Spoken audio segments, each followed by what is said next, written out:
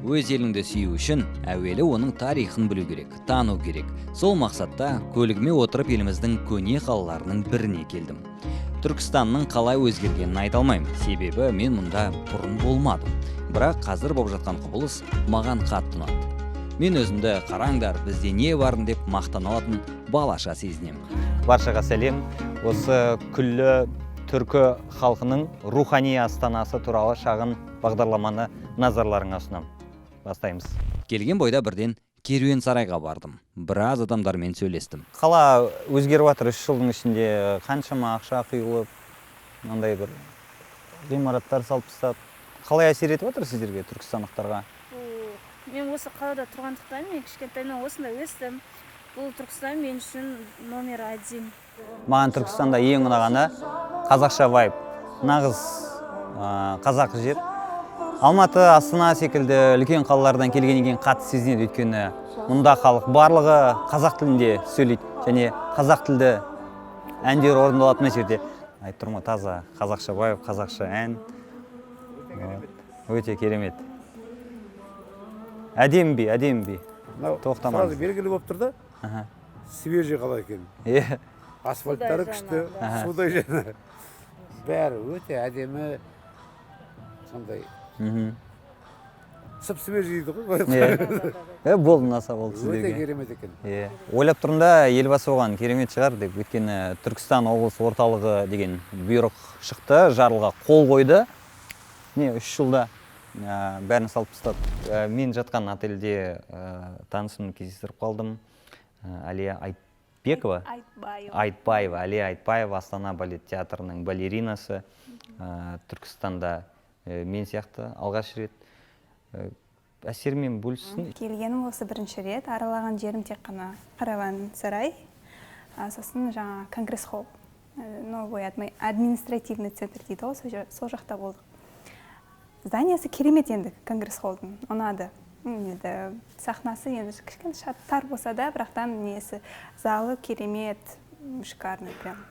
Ал Караван сарайда вот кеше бүгін араладық, кешке қарай кәдімгідей жарық, әдемі былай. Басқа жерге барған жоқпын. Неше түрлі ғимарат бар, бірақтан неге арналған, не үшін салынған түсініксіз да шамалы. Шынымен, қанша жерден әдем болса да, ғимараттардың не қызмет көрсететіні жазылмаған. Сәл түсініксіздеу. Мен секілді қарапайым туристерге түсінікті болу үшін әр ғимаратта не барын жазып қойса, керемет болар еді. Дегенмен көш жүре түзеледі. Я помню тот Туркестан, когда мы приезжали лет 10 назад с первыми сольными концертами, проходили концерты, вот, я не помню, Дворец студентов, да? Да, кажется, он называется Дворец студентов. Такой зал, неприметный город, кроме вот памятника Ясауи. Сейчас вы видите, что происходит.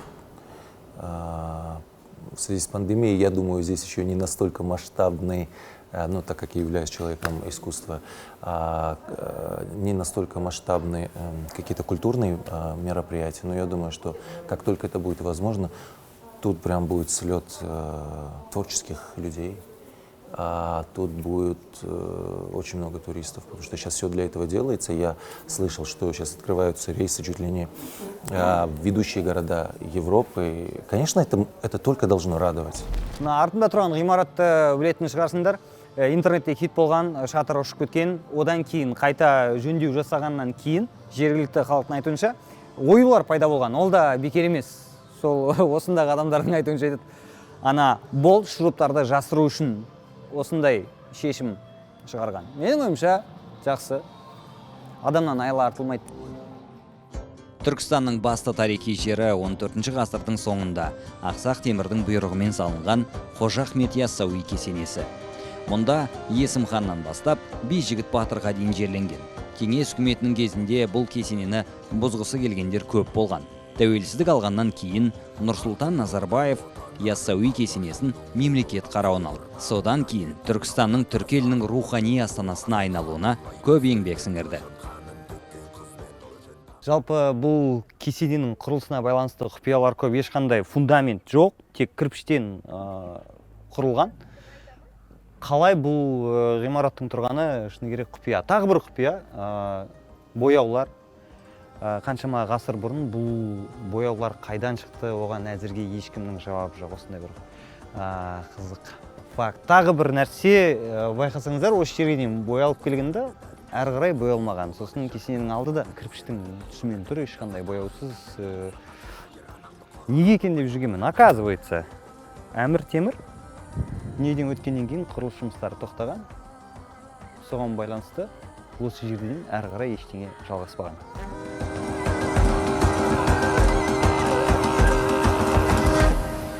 Кесененің жанында әдемі саябақ бар. Жаңа екені көрініп тұр, жаңадан салынғаны. Кәдімгідей мынандай бір газон отырғызып қойған. Талдарды қараңдар, жақында отырғызылған, түзу өсін деп үш жағынан тіреп қойған. Тіреуі барлар негізі жақсы өседі ғой. Сондықтан болашағы бар тал деп айтсам болады.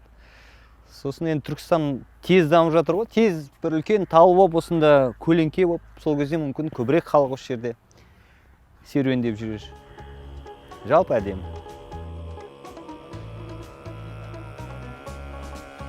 Мен жол болғыш адам екенмін. Кесене маңын аралап жүріп, бір мерекеге тап болдым. Ассалаумағалейкум, қалайсыз? Көрмедім барамын. Қай жерде? Бір танысым кездестіріп қалдым. Қожекең домбыра маманы. Жол жаққа қараймын. Сен жоқсың арайлым, кешікпей келем деп ең, мен тұрмын елеңдеумен. Аңсаған ағытым сияқтанып, айтып келеді қияқтанып, ағатым таусылды, аңсаймын даусыңды, кешікпей келем деп ең, тұрмын елеңдеумен. Мына азаматқа мұқият қараш. Не істеп тұр деп ойлайсың? Өзі айтпаса, мен білмес едім. Бұл Түркістандағы 13-ші мектептің мұғалімі Ділмұрат. Мұндағы кейбір мектептерде ұстаздар таңғы 7-ден бастап кезекшілікке тұрып, оқушылардың көшеден өтуіне көмектеседі. Әйтпесе, жаяу өтетін балаларды жүргізушілер жібере қоймайды екен. Ділмұрат басқа қалада дәл осылай қолына жалауша ұстап жүрген ұстаз көрмедім дейді. Жүргізушілерге ашулы. Қалай қолдарымды білмей, Миланда да мұғалімдер осылай жүреді деп соға салдым. Кесенеге қайта барар жолда бір ескі ғимаратты көзім шалды. Бұл осы маңда бұрындары болған Байтұрсынов мектебінің бастауыш сыныптары оқыған жер. Мұнда белгілі азаматтардан Сұлтанбек Қожанов пен Саттар Ерубаев білім алған екен. Қазір бұл әп-әдемі мұражай, барып көрсеңіздер болады. Қаланың тағы бір ескі ғимараты Монакодағы отельге ұқсайды. Дегенмен бұл темір жол вокзалы салынғанына 100 жылдан асып кетті. Түркістандықтар еуропалық стильдегі вокзалдың сыртын ғана емес, ішінде әдемі сақтап қалған.